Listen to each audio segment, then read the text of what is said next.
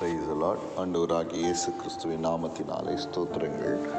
வேதாகமத்தில் அநேக சம்பவங்கள் நம்மை ஆச்சரியமூட்டுகிறவைகளாகவும் நம்முடைய பக்தி விருத்திக்கு அது உதவி செய்கிறதாகவும் சரிங்களா இருக்கிற அநேக சம்பவங்களை இந்த நாளிலே நம்ம தியானிக்கலாம். பாருங்கள், முதலாவது சம்பவத்துக்குள்ளே நம்ம கடந்து போகலாம். அப்போஸ்தலர் 14வது அதிகாரம் 8வது வசனத்திலிருந்து 10வது வசனம் வரலாம். அப்போஸ்தலர் 14 8லேருந்து 10 வரலாம்.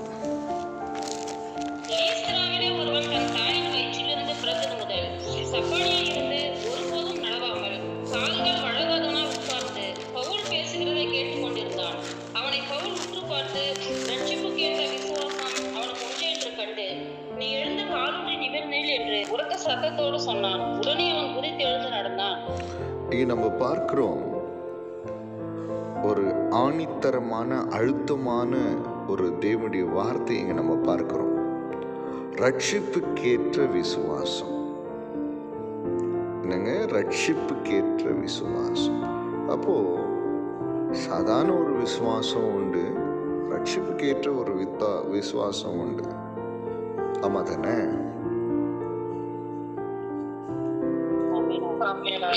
இங்கே நம்ம பார்க்கிறோம், ரட்சிப்புக்கேற்ற விசுவாசம் என்ன அற்புதத்தை செய்தது. நம்முடைய வாழ்க்கையிலே நாம் ரட்சிப்புக்கேற்ற விசுவாசத்தோடு வாழ்கிறோமா? அதுதான் இன்னைக்கு நம்ம தியானிக்க போகிற ஒரு காரியம். லிஸ்தரா என்கிற அந்த ஊர்ல தாயின் வயிற்றிலிருந்து பிறந்தது முதல் சப்பானியவர். ஒரு போதும் கூட அவர் நடக்கல. கால்கள் வழங்காதவனாய் உட்கார்ந்து பவுல் பேசுகிறதை கேட்டுக்கொண்டிருந்தான். அப்போஸ்தலனாகிய பவுல் தேவனாகிய கர்த்தருடைய வார்த்தைகளை, சுவிசேஷத்தை, தேவனுடைய மகத்துவங்களை, ஆத்துமாவை உயிர்ப்பிக்கிற, ஆத்துமாவிலே பலன் தருகிற தேவனுடைய வார்த்தைகளை பேசிக்கொண்டிருக்கிறார். அப்போ இந்த சப்பானியா இருக்கிற இந்த சகோதரன் அந்த வார்த்தைகளை என்ன பண்றார்? உற்று பார்க்கிறார், உன்னிப்பா கவனிக்கிறார். இன்னைக்கு ரொம்ப முக்கியமான காரியம்தான். நம்முடைய வாழ்க்கையில அநேக மக்கள், விசேஷமாய் கிறிஸ்துவ பிள்ளைகள், எத்தனையோ 1000 பிரசங்கங்களை கேட்டிருப்பாங்க, தேவனுடைய வார்த்தைகளை கேட்டிருப்பாங்க. ஆதியாகமம் முதல் வெளிப்படுத்தின விசேஷம் வரலும் அநேக வசனங்கள் எல்லாம் அவங்களுக்கு தெரியும். ஆனால் அந்த தேவனுடைய வார்த்தைகளை அவர்கள் எப்படி ஏற்றுக்கொள்கிறார்கள், நாம் எப்படி ஏற்றுக்கொள்கிறோம், அதுதான் ரொம்ப முக்கியமாக இருக்கிறது. இந்த முடவனான இந்த சகோதரன் அந்த வார்த்தை என்ன பண்ண ரொம்ப உற்று நோக்குகிறான். அதில் இருக்கிற ஆசீர்வாதங்களை, அதில் இருக்கிற தேவ மகிமையை ரொம்ப உற்று பார்த்ததை கவனிக்கிறார். உடனே இதை யார் அப்சர்வ் பண்றதுன்னா, பவுல் அப்சர்வ் பண்றார். பரிசுத்த ஆவியாகிய தேவன் உணர்த்துறார். இங்கே ஒருவன் இருக்கிறான், தேவனுடைய வார்த்தையாகி என்னுடைய வார்த்தையை உற்று நோக்கி கொண்டிருக்கிறான். அது ஏனோ தானோ என்று சொல்லி யோசிக்காம அதிலே ஒரு மகிமை இருக்கிறது அவன் உணர்றான் அப்படின்னு சொல்லி பரிசுத்த ஆவியாகிய தேவன் அவரோடு கூட இடைப்படுகிற அந்த காரியத்தினால உடனே பவுல் என்ன பண்றார் தெரியுங்களா? என்ன சொல்கிறார்? ரட்சிப்புக்கேற்ற விசுவாசம் அவனுக்கு உண்டு என்று அறிந்து கொள்கிறார். நம்முடைய வாழ்க்கையில கூட ரட்சிப்புக்கேற்ற விசுவாசம் ரொம்ப அவசியம். எல்லாரும் விசுவாசிக்கிறாங்க, எல்லாருக்கும் விசுவாசம் இருக்கிறது, தேவனை நம்புகிறார். எல்லாம் பிரஜாதி மக்கள் கூட தேவனை நம்புகிறாங்க. ஜீசஸ் சொன்னா எல்லாருக்கும் தெரியும், எல்லாரும் விசுவாசிக்கிறாங்க. அதல்ல, ரட்சிப்புக்கேற்ற ஒரு விசுவாசம் வேண்டும். ரட்சிப்பு அடைவதற்கு தேவனுடைய வார்த்தை எவ்வளவு வல்லமை உள்ளது என்கிற விசுவாசம் வேண்டும். நாம் பெற்றுக்கொள்கிற எல்லா ஆசீர்வாதங்களும் தேவனுடைய வார்த்தையில உண்டு என்கிற அந்த விசுவாசம் வேண்டும். இது கடவுளுடைய வார்த்தை. வானமும் பூமியும் ஒழிந்து போனாலும் தேவனுடைய வார்த்தை ஒழியாதது என்கிற அந்த விசுவாசம் வேண்டும். இதோ கடமைக்காக தேவனுடைய வார்த்தைகளை கேட்கிறவர்களாக, கடமைக்காக தேவனுடைய வார்த்தைகளை தியானிக்கிறவர்களாக, கடமைக்காக தேவனுடைய வார்த்தையிலே நாம் கடந்து போகிறவர்களாக இருக்கக்கூடாது. அந்த தேவனுடைய வார்த்தையிலே ரட்சிப்புக்கேற்ற விசுவாசத்தோடு அதை நாம் என்ன பண்ணணும்? ஏற்றுக்கொள்ளணும், அங்கீகரித்து கொள்ளணும். உடனே அப்போஸ்தலனாகிய பவுல் பார்க்கிறார். அவனை உற்று பார்த்து சகோதரனை பார்த்து சொல்றான், நீ எழுந்து காலொன்றி நிமிர்ந்து நில் என்று உரத்த சத்தத்தோடு சொன்னான். உடனே அவன் குதித்து எழுந்து நடந்தான். Praise the Lord. Hallelujah. Amen. ஒருவருக்குள்ளே அந்த விசுவாசம் என்பது சரிங்களா, பலனுள்ளதாக இருக்கணும். ஒருவருக்குள்ள தேவன் மீது வைத்திருக்கிற அந்த நம்பிக்கை என்பது அசைக்க முடியாததா இருக்கணும், பலனுள்ளதா இருக்கணும். அப்படி நடக்கும் பொழுது, அப்படி வாழும்போது நம்முடைய வாழ்க்கையில நிச்சயமாய் அற்புதங்கள் நடக்கும். ஆமென். இந்த மனிதனை பார்க்கிறோம். பிறந்தது முதல் சப்பான். ஒரு நாள் கூட நடந்தது கிடையாது, ஒரு போதும் நடந்தது கிடையாது. கால்கள் சுத்தமா வழங்காதவனா உட்கார்ந்தான். ஆனால் தேவனுடைய வார்த்தையின் மேல் இருந்த அந்த விசுவாசம், ரட்சிப்புக்கேற்ற அந்த விசுவாசம் பெரிய அற்புதத்தை செய்தது. அவன் குதித்து எழுந்து நடந்தான். பார்த்தீங்களா? இன்னைக்கு நம்முடைய வாழ்க்கையில நம்ம எப்படிப்பட்ட விசுவாசத்தோடு வாழ்கிறோம் என்கிறதுல நம்ம என்ன பண்ணணும்? உணர்ந்து கொள்கிறவர்களா இருக்கணும். பலனில்லாத விசுவாசம், தடுமாறுகிற விசுவாசம், சரிங்களா, உலகத்தார் விசுவாசிக்கிற மாதிரி விசுவாசம், அந்த விசுவாசம்லாம் நம்முடைய ரட்சிப்புக்கேற்ற விசுவாசமாய் அது ஒரு நாளும் இருக்காது. இந்த சம்பவத்தை பார்க்கும்போது எனக்கு ரொம்ப அதிசயமா இருந்தது, ஆச்சரியமா இருந்தது. தேவனுடைய வார்த்தையின் மேலே எவ்வளோ அசைக்க முடியாத ஒரு விசுவாசம், ரட்சிப்புக்கேற்ற விசுவாசம். இல்லை, இந்த வார்த்தை ரொம்ப அழகாகவும் அருமையாக இருக்குது. ரட்சிப்புக்கேற்ற விசுவாசம். இந்த நாளில கூட நம்முடைய வாழ்வில் அந்த விசுவாசத்தை நம்ம என்ன பண்ணோம்? பெற்றுக்கொள்ளணும். அந்த ரட்சிப்புக்கேற்ற விசுவாசத்தோடு நம்முடைய வாழ்க்கை நடைமுறைப்படுத்தப்பட வேண்டும். Praise the Lord. Hallelujah. Amen. இன்னொரு ஒரு சம்பவத்தை கூட எனக்கு இதெல்லாம் கொஞ்சம் ஆச்சரியமான காரியங்களாக, நம்ம இன்னும் தேவனை மகிமைப்படுத்தக்கூடிய காரியங்களாக, இன்னும் தேவனுடைய அந்த வழியிலே நடக்க நம்ம உற்சாகப்படுத்துகிற சம்பவங்களாக இருக்கிறதுங்க. அப்போஸ்தலனாகிய பவுலுடைய வாழ்க்கையில தேவன் அநேக காரியங்களை அவர் உயிருள்ளவராக, வல்லமுள்ளவராக இருந்ததை நடப்பித்து காண்பித்தது. அப்போஸ்தலர் 16வது அதிகாரத்தில் 23வது வசனத்திலிருந்து 29வது வசனம் வரணும். யாராவது ஒருத்தர் தெளிவா வாசிங்க.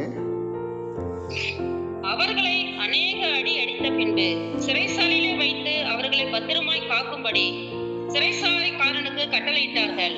அவன் இப்படிப்பட்ட கட்டளையை பெற்று அவர்களை உட்காவல் அறையிலே அடைத்து அவர்கள் கால்களை கொழுமரத்தில் மாட்டி வைத்தான்.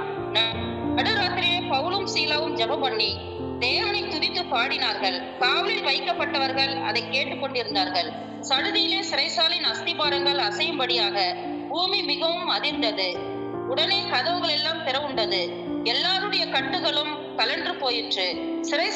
சிறைசாலைக்காரன் நித்திரை தெளிந்து சிறைசாலையின் கதவுகள் திறந்திருக்கிறதை கண்டு கட்டுண்டவர்கள் ஓடி போனார்கள் என்று எண்ணி பட்டயத்தை உருவி தன்னை கொலை செய்து கொள்ள போனான். பவுல் மிகுந்த சத்தமிட்டு, நீ உனக்கு கெடுதி ஒன்றும் செய்து கொள்ளாதே, நாங்கள் எல்லோரும் இங்கேதான் இருக்கிறோம் என்றான். அப்பொழுது அவன் தீபங்களை கொண்டு வர சொல்லி உள்ளே ஓடி நடுநடுங்கி பவுலுக்கும் சீலாவுக்கும் முன்பாக விழுந்து அவர்களை வெளியே அழைத்து வந்து, ஆண்டவமாரே, ரட்சிக்கப்படுவதற்கு நான் என்ன செய்ய வேண்டும் என்றான். இங்க நம்ம கவனிக்கிறோம், நல்லா கவனிங்க. சிறைச்சாலை, அந்த சிறைச்சாலையை அதிகாரியா இருக்கிற ஒரு தலைவன், அவன் கேட்கிற ஒரு காரியம் என்னன்னு சொன்னா, ஆண்டவமாரே ரட்சிக்கப்படுகிறதுக்கு நான் என்ன செய்ய வேண்டும்? எந்த சம்பவத்தினால் இவர் இப்படி கேட்கிறார் என்று சொன்னால், சுவிசேஷத்தை சொன்னது நிமித்தம், சுவிசேஷத்தை அறிவித்தது நிமித்தம்,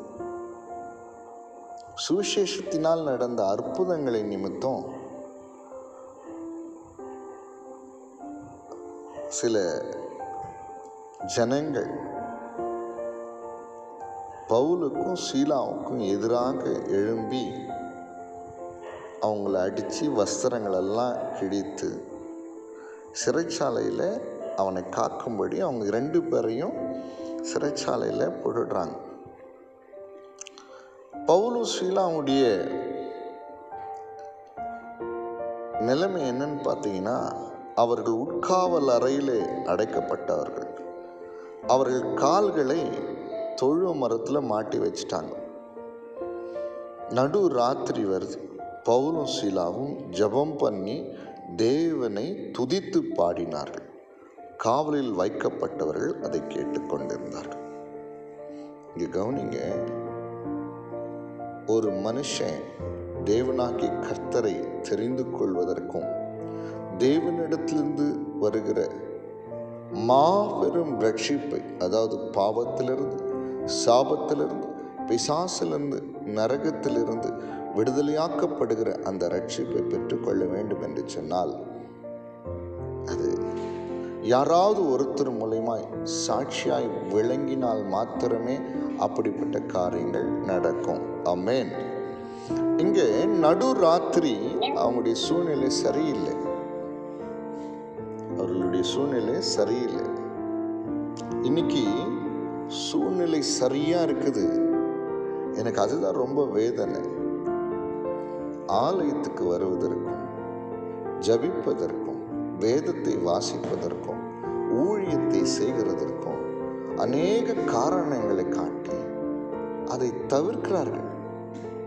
எனக்கு என்னென்ன புரியுறதில்ல. சில நேரத்தில் இப்படிப்பட்ட ஒரு ஒழுக்கம் இல்லாதவர்களாக, பயபக்தி இல்லாதவர்களாக, தேவனுடைய ரட்சிப்பை அசட்டை பண்ணுகிறவர்களாக, தைரிய நெஞ்சம் உள்ளவர்களாக கொடுமையான மக்கள் வாழ்கிறார்களே அப்படின்னு சொல்லி அவங்களெல்லாம் யோசிக்கும் போது ரொம்ப கஷ்டமாக இருக்கும். அவர்களுக்கு இன்னும் அந்த அடிப்படை சத்தியத்தையே போதித்து கொண்டு இருக்கணும். சர்ச்சுக்கு வாங்க, ஜெபம் பண்ணுங்க, பைபிளை வாசிங்க, இதை பண்ணுங்க, அதெல்லாம் பேசிக். அதையே நம்ம சொல்லி கொடுத்துட்டு இருக்க வேண்டி இருக்குதுங்க.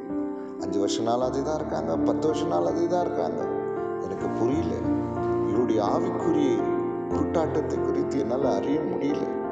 இவ்வளோ பலவீனம் உள்ளவர்களாக இருக்கிறார்கள். அதே பாருங்க, உலக காரியங்களிலே இவ்வளோ உற்சாகமாக இருக்கிறாங்க.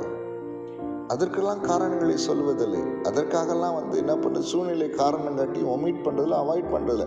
ஆனால் தேவ காரியங்களில் அவங்க எவ்வளோ ஒரு மோசமான ஆவிக்குரிய குருட்டாட்டத்தில் இருக்கிறார்களை நினைக்கும் பொழுது இவர்களுடைய வாழ்க்கை எப்படி தேவனுக்கு முன்பாக நிறைவுள்ளவர்களாக இருக்கும்? தேவனுடைய வாழ்க்கையில் பிரியமாக இருப்பாரா? அற்புத அடையாளங்களை இவருடைய வாழ்க்கையில் பெற்று அனுபவிக்க முடியுமா அப்படின்னு சொல்லி எனக்கு ரொம்ப சந்தேகமாக இருக்கும். நல்ல கவனிங்க. இங்கே பவுலும் சீலாவுடைய நிலைமை ரொம்ப நல்ல சூழ்நிலை கிடையாது. தொழுவ மரத்தில் கால்களை கட்டி வைத்திருக்காங்க. நடு ராத்திரியிலே பவுலும் சீலாவும் ஜெபம் பண்ணி தேவனை துதிக்கிறாங்க, பாடுறாங்க. காவலில் வைக்கப்பட்டுள்ள அதை கேட்டுக்கொண்டு இருக்காங்க. காவலில் யார் இருப்பாங்க? திருடனுங்க, கொலை செய்தவர்கள், சரிங்களா, சண்டை போட்டுங்க, இன்னும் அநேக குற்றங்களை செய்யுங்க. அவர்கள் மத்தியிலே குற்றமே புரியாத தேவனுக்காக அடிபட்டு தேவனுடைய சுவிசேஷத்தின் நிமித்தமாக வஸ்திரங்கள் கிழிக்கப்பட்ட அவர்கள் தேவனை துதித்து பாடிக்கொண்டிருக்கிறார். தேவனுடைய பிள்ளையே, நான் உங்களுக்கு ஒன்று சொல்லட்டோமா? சூழ்நிலை நன்றாக இருக்கும் பொழுதே நீங்கள் தேவனை தொழுது கொள்ள சிரமப்படுவர்கள் என்று சொன்னால், சூழ்நிலை சரியில்லாமல் போகும்போது உங்களுடைய ஆராதனை எப்படி இருக்கும் என்பதை தயவு செய்து புரிந்து கொள்ளுங்கள். என்ன நடக்குது சொன்னால், இப்படிப்பட்ட ஆராதனையில் தேவனுடைய வல்லமை விளங்குச்சு.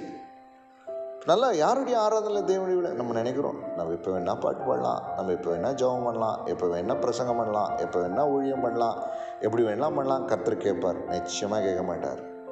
ஆபேலின் காணிக்கையை கர்த்தர் அங்கீகரித்திருக்க ஒரு காரணம் இருக்குது. காயினுடைய காணிக்கையை கர்த்தர் அங்கீகரிக்காமல் போனதற்கு ஒரு காரணம் உண்டு. கர்த்தர் ஆபேலை அங்கீகரித்தது நிமித்தம் தான் அவனுடைய காணிக்கை அங்கீகரித்தார். இன்னைக்கு நம்ம தேவனாகிய கர்த்தர் அங்கீகரிக்கலைன்னா நம்ம செய்கிற எதையுமே ஆண்டவர் என்ன பண்ண மாட்டார்? அங்கீகரிக்க மாட்டார். இங்க பாருங்க, சடுதியிலே சிறைச்சாலையின் அஸ்திபாரங்கள் அசைந்துதான், அசையும்படியாக பூமி மிகவும் அதிர்ந்தது. உடனே கதவுகள் எல்லாம் என்ன பண்ணி திறவுண்டது. எல்லாருடைய கட்டுகளும் கழண்டு போச்சு. பெரிய அதிசயம், அற்புதங்க. தேவ மனிதன், உண்மை உள்ளவர்கள், பரிசுத்தவான்கள், நீதியால் நிறைந்தவர்கள், கீழ்ப்படிதல் உள்ளவர்கள் எங்கே ஆறுதத்தாலும் அங்கே தேவ வல்லமை விளங்கும். பிரைஸ் தி லார்ட், ஹல்லேலூயா. தேவ மகிமை விளங்கும். தேவனுடைய மகத்துவமான காரியங்கள் எல்லாம் நடைபெறும். உடனே பாருங்க, அந்த சிறைச்சாலைக்காரன் நித்திரை தெளிந்து என்ன பண்ணுறாரு அந்த தலைவன்? திடீர்னு பார்த்தா சிறைச்சாலையின் கதவுலாம் திறந்துருக்குது. ஐயோ, கட்டுண்டவரெல்லாம் ஓடி போயிட்டாங்களேன்னு சொல்லி யோசிச்சு பட்டயத்தை உருவி அவனை தனக்குத்தானே கொலை செய்து கொள்ளும்படி எத்தனைக்கும் போது பவுல் மிகுந்த சத்தமிட்டு சொல்கிறாரு, உனக்கு ஒரு கெடுதி நீ செய்து கொள்ளாதே, நாங்கள்லாம் இங்கே தான் இருக்கிறோம். உடனே அவன் என்ன பண்ண பாருங்க, தீபங்களெல்லாம் கொண்டு வர சொல்லி நடுநடுங்கி பவுலுக்கும் சீலாவுக்கும் முன்பாக விழுந்து அவன் கேட்ட ஒரே ஒரு காரியம் என்ன தெரியுமா? ஆண்டவமாரே ரட்சிக்கப்படுகிறதுக்கு நாங்கள் என்ன செய்ய வேண்டும்? என்ன அப்படின்னா அர்த்தம் தெரியுமா?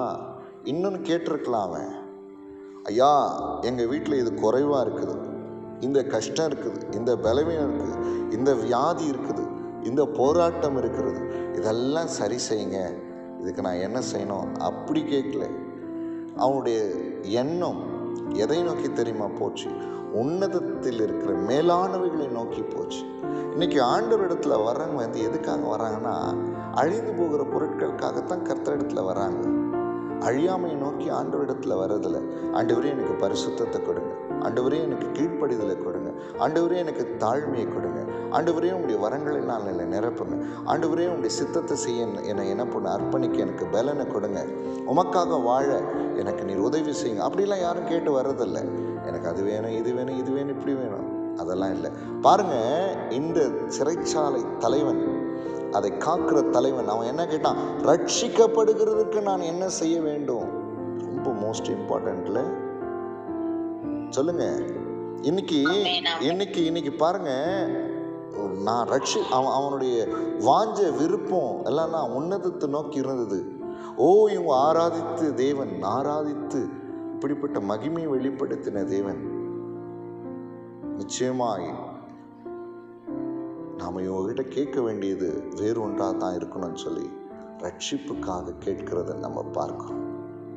இன்னைக்கு ரொம்ப குறைவு ஆண்டவர் இடத்துல. இந்த கிறிஸ்துவ உலகம் என்பது அழிந்து போகிறவர்களை நோக்கித்தான் தேவனை பார்க்கிறது. அழியாமையை நோக்கி தேவனிடத்தில் வருவதில்லை. அழிந்து போகிற காரியங்களுக்காக தேவனிடத்தில் வருகிறாங்க. இம்மைக்காகத்தான் தேவனிடத்தில் வருகிறாங்க. அதெல்லாம் நித்தியத்தில் நம்மை கொண்டு போய் சேர்க்காது. அவன் கேட்ட கேள்வி, ரட்சிக்கப்படுகிறதுக்கு நான் என்ன செய்ய வேண்டும்? உடனே அப்போஸ்தலனாகிய பவுல் அவங்கள பார்த்து என்ன சொல்றாருன்னா, பாருங்க 31வது வசனத்தை நம்ம வாசிக்கலாம்.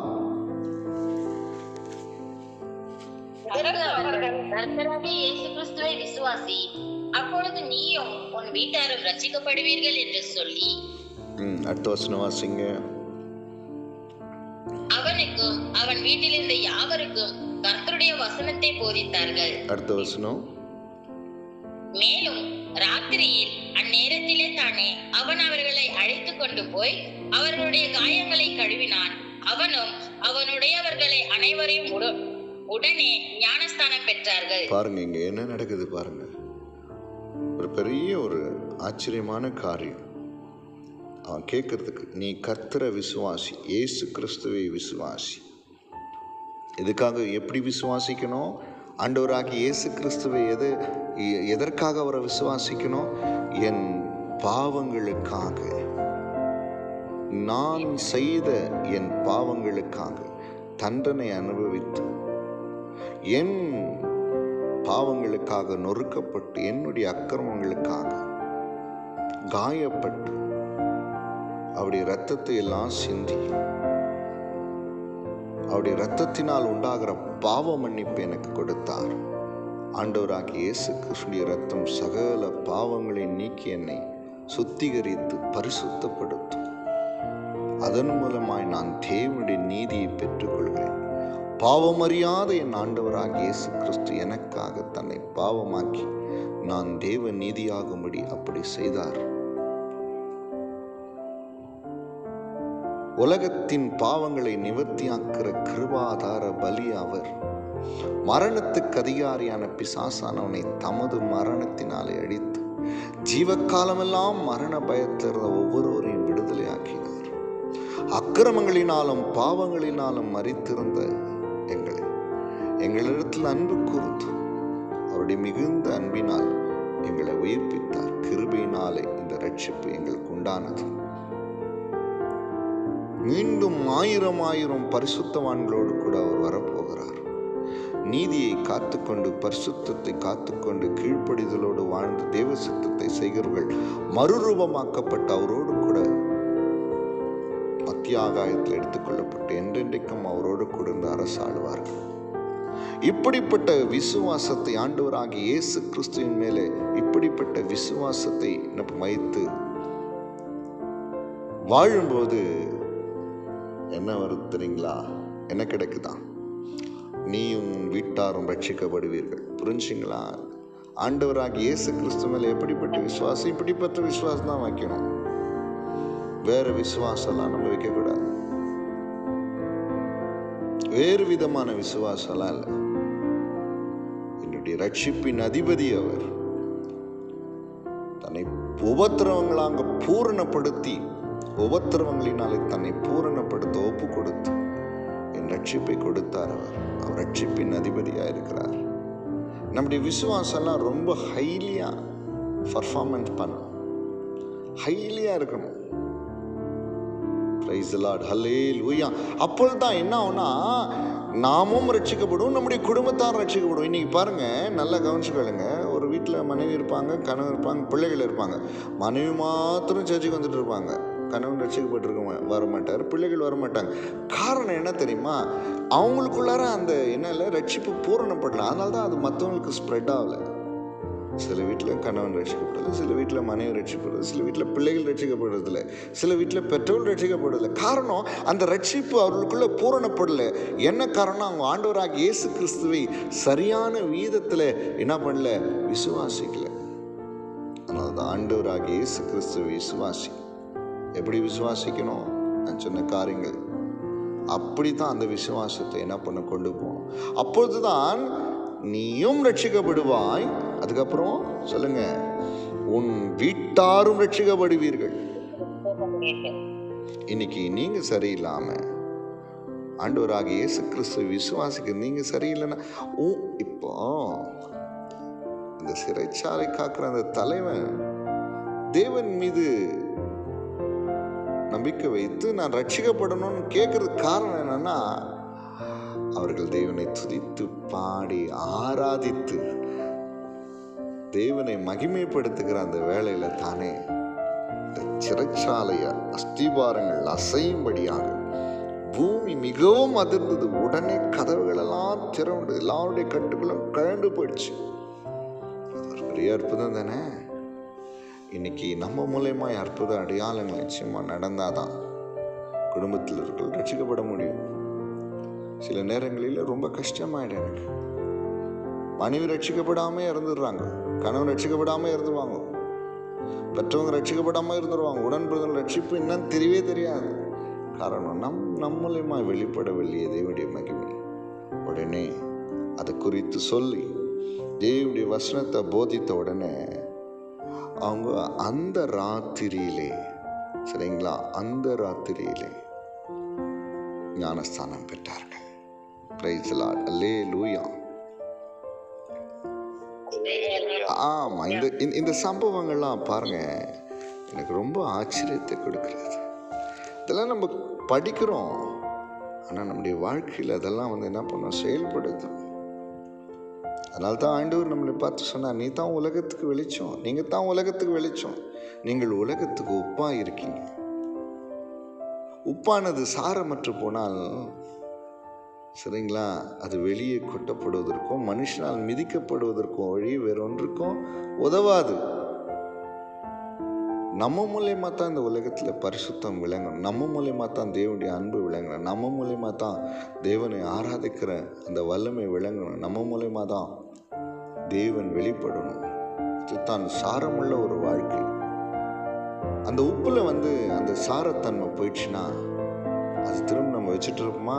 இல்லை, இதில் உப்பு உரைக்கல, தூக்கி போட்டுடு, குப்பையில் போட்டுரும். அப்படிப்பட்ட ஒரு வாழ்க்கை பிரயோஜனமற்ற ஒரு வாழ்க்கை இல்லை, அது பயனில்லாத ஒரு வாழ்க்கை. இன்னைக்கு தேவனுடைய பிள்ளைகளை நல்ல கால சூழ்நிலையிலே கர்த்தர் நம்மை வைத்திருக்கிறார். அந்த கால சூழ்நிலையிலே தேவனை உண்மையாய் மகிமைப்படுத்துகிறவர்களாக, தேவனை உண்மையாய் தேடுகிறவர்களாக, தேவனுடைய சித்தத்தை உண்மையாய் நடப்பிக்கிறவர்களாய் நாம் இருப்போம் என்று சொன்னால் தேவனுடைய மகிமை வெளிப்பட்டு இந்த தேசம் தேவனை அறிந்து கொள்ளும். இந்த தேசம் தேவனை அறிந்து கொள்ளும். இந்த தேசம் நித்திய ஜீவனுக்குள்ளாக நம்ம மூலமா கடந்து போகிறதற்கு ஒரு பெரிய வழியாக இருக்கும். ஹல்லேலூயா, ஆமென்.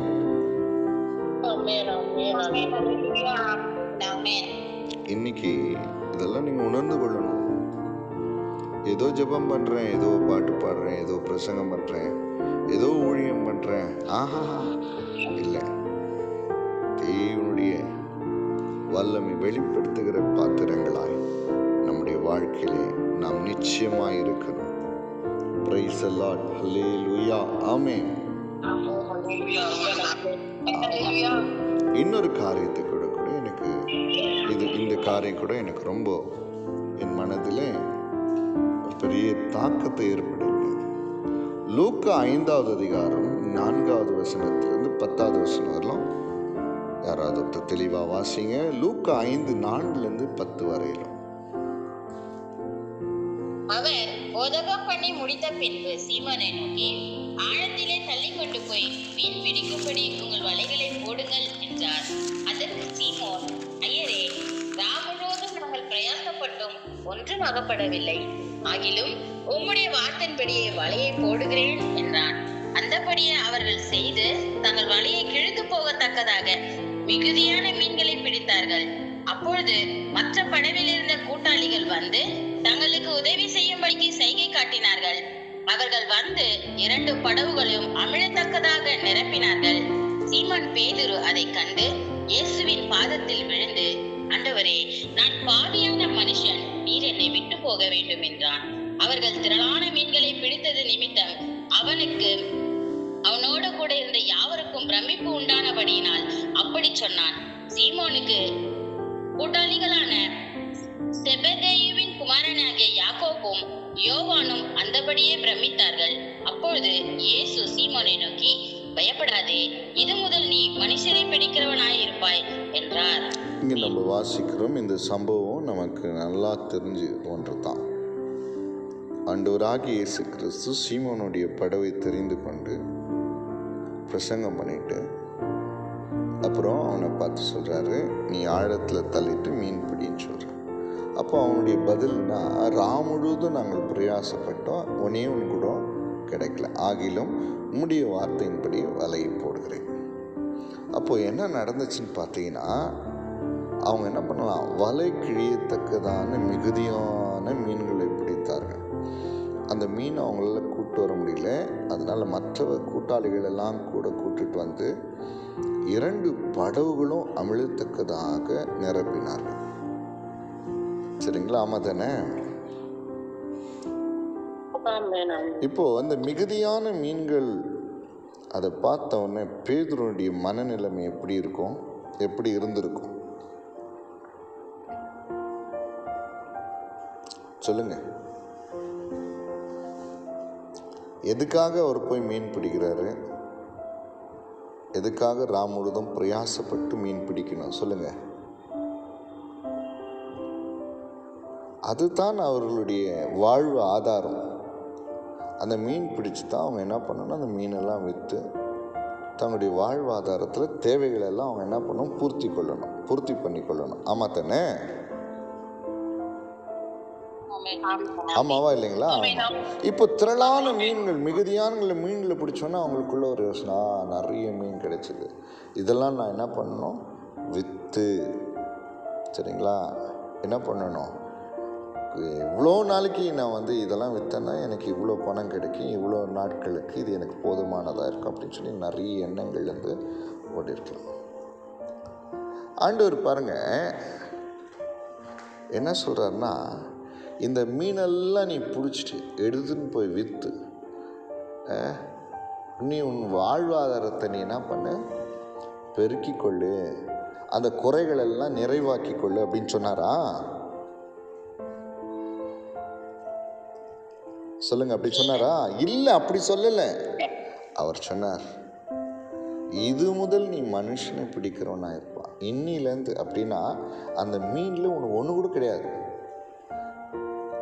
இந்த உலகத்துக்குரிய ஆதாயத்துக்காக இல்லை, எனக்காக நீ. பிரைஸ் லார்ட், அல்லேலூயா, ஆமென். எனக்காக நீ. இன்றைக்கு இந்த உலகத்திற்காக நாம் நிறைய காலங்கள் வாழ்ந்துட்டோம். பிசாசுக்காக, அவனுடைய அதிகாரத்திற்காக, நம்முடைய சுயத்திற்காக, நம்முடைய இஷ்டத்திற்காக நம்ம வாழ்ந்துட்டோம். ஆனால் தேவனுக்காக வாழ்வதற்காகத்தான் தேவன் உலையான சேற்றிலும் பயங்கரமான குழியிலிருந்து நம்மை தூக்கி எடுத்தார். அது தெரியுமா உங்களுக்கு? உலகத்தினுடைய பிளஷர்ஸை அனுபவிக்கிறதுக்காகலாம் கிடையாது. நம்முடைய இந்த ரட்சிப்பு என்பது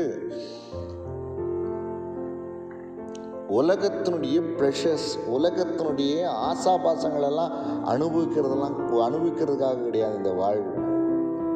ஏன் பாவத்தை மன்னித்தார், ஏன் கிருபையை கொடுத்தார், ஏன் பலத்தை கொடுத்தார், ஏன் நன்மையான வாழ்க்கை கொடுத்தார், நல்ல சூழ்நிலை கொடுத்தார், சமாதானத்தை கொடுத்தார், பலனை கொடுத்தார், வெற்றியை கொடுத்தார். ஏன் இதெல்லாம்?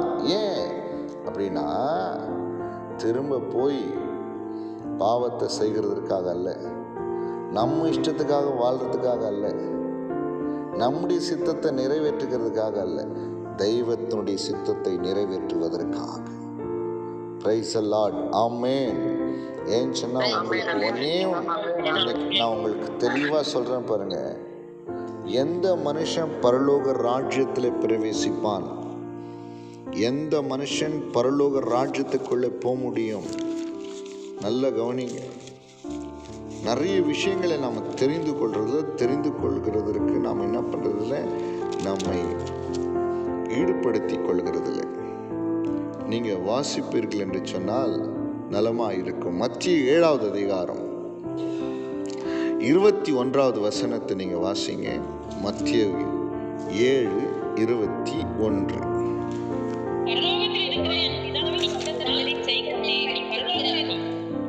பரலோக ராஜ்யத்தில் பிரவேசிப்பானே அல்லாமல் என்னை நோக்கி கர்த்தாவே கர்த்தாவே என்று சொல்லுகிறவன் அதில் பிரவேசிப்பதில்லை. நல்ல கவனிங்க. பரலோகத்தில் இருக்கிற என் பிதாவின் சித்தத்தின்படி செய்கிறவனே பரலோக ராஜ்யத்தில் பிரவேசிப்பானே அல்லாமல் என்னை நோக்கி கர்த்தாவே கர்த்தாவே என்று சொல்லுகிறவன் அதில் பிரவேசிப்பதில்லை. நல்லா கேர்ஃபுல்லாக லிசன் பண்ணிக்கோங்க. ஆண்டவர் பேதுருவை பார்த்து சொன்னால், இது முதல் நீ எனக்காக மனுஷரை பிடிக்கிறவங்களாம் மாறும். இன்னைக்கு ஆண்டவர் உங்களையும் என்னையும் அழைத்திருக்கிறார். ஆண்டவர் உங்களையும் என்னையும் சுகப்படுத்தி இருக்கிறார். ஆண்டவர் உங்களுக்கு எனக்கும் கிருபை கொடுத்திருக்கிறார். தேவனாகி கர்த்தர் கொடுத்த வாழ்வு எத்தனையோ சூனியங்கள், மந்திரங்கள், விபத்துக்கள், ஆபத்துக்கள், தற்கொலைகள், நாச மோசங்கள், சாபங்கள் எல்லாவற்றிலிருந்தும் கர்த்தர் நம்மை விடுதலையாக்கி இருக்கிறார் என்று சொன்னால், மீண்டும் பழைய வாழ்க்கைக்காக அல்ல, தேவனுடைய ராஜ்யத்திற்காக, நித்திய ஜீவனுக்காக, பரலோக வாழ்விற்காக என்பதை இந்த நாளிலே இந்த சம்பவத்தின் மூலமாய் கர்த்தர் நமக்கு உணர்த்துகிறவராயிருக்கிறார். அல்லேலூயா, ஆமென். நான் சொல்ல பாருங்க, இந்த நொடியில நம்ம வாழ்கிற வாழ்க்கை நம்முடைய நீதினாலோ நம்முடைய பரிசுத்தத்தினாலோ நம்முடைய தகுதினாலோ உண்டானது கிடையாதுங்க. கேர்ஃபுல்லாக லிசன் பண்ணுங்க. அவருடைய நீதி, அவருடைய கிருபை, ஆண்டவராகிய இயேசு கிறிஸ்துவினுடைய நீதி, ஆண்டவராகிய இயேசு கிறிஸ்துவினுடைய கிருபை, ஆண்டவராகிய இயேசு கிறிஸ்துவினால் உண்டான பாதுகாப்பு, அவர் கொடுத்த பெலன், அவர் கொடுத்த சமாதான, சுகம், நல்ல சூழ்நிலை, மனைவி, பிள்ளைகள், நல்ல குடும்பம், வேலை, சரீரத்தில் எல்லா அவயங்களும் சீராய் என்ன பண்ணுது, வேலை செய்ய, எல்லாமே அவர் நமக்கு கொடுத்தது. எதுக்காக தெரியுமா? எதுக்காகனா அவருக்காக வாழ்வதற்காக.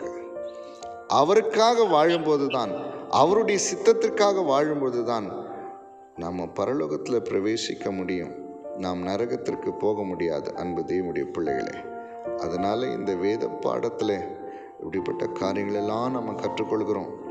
அநேகருக்கு இது சொல்லுங்க, அவங்க எல்லாம் அதில் என்ன பண்ணிட்டோம், வாழட்டும். தேவனுக்காக வாழ்கிற வாழ்க்கை தான் நமக்கு நித்திய ஜீவனை கொடுக்கும். உலகத்துக்காக வாழ்ந்துட்டோம், பாவத்திற்காக வாழ்ந்துட்டோம், பிசாசுக்காக வாழ்ந்துட்டோம், நம்முடைய சுய இஷ்டத்துக்காக வாழ்ந்துட்டோம், சுய சித்தத்துக்காக வாழ்ந்துட்டோம். இனி வாழ்கிற ஒவ்வொரு நொடியும், அதனால் தான் பேதுருவை பார்த்து சொன்னார், எவ்வளோ காலம் நீ மீனை பிடிச்சிட்டு எல்லாம் பண்ண உனக்காக வாழ்ந்துட்ட, ஆனால் இது முதல் நீ எனக்காகத்தான் நீ வரணும்னு சொல்லி அழைத்தார். அந்த அப்போஸ்தலனாகி இந்த பேதுரு மூலியமா தான் பயங்கரமான மகத்துவமான காரியங்களை தேவனாகி கர்த்தர் செய்தார். சபைகளை ஸ்தாபிக்கும் அநேக வெளிப்பாடுகளை பெற்று பின்வரும் சந்ததிக்கு அவர் மூலமாக தேவன் அநேக காரியங்களை வெளிப்படுத்தினார். அன்பு தெய்வ பிள்ளைகளே, இந்த நாளிலே தேவனுக்காக நீங்கள் அர்ப்பணித்து வாழணும். இதெல்லாம் நான் சிந்தித்து இதெல்லாம் உணர்ந்தேன். ஆமாம், இதெல்லாம் இதற்காகத்தான் எழுதப்பட்டு இருக்கிறது. இப்படிப்பட்ட காரியங்களிலே நம்ம இணைத்து கொள்ளும் பொழுது தேவனுடைய திட்டம் நம்முடைய வாழ்விலே பூரணமாய் விளங்கும். அது அடுத்த தலைமுறைக்கு ஆசீர்வாதமாகவும் தேவனுடைய நீதியிலே அவர்களை வழிநடத்தக்கூடியதாக இருக்கிறது. ஆமேன். அல்லேலூயா.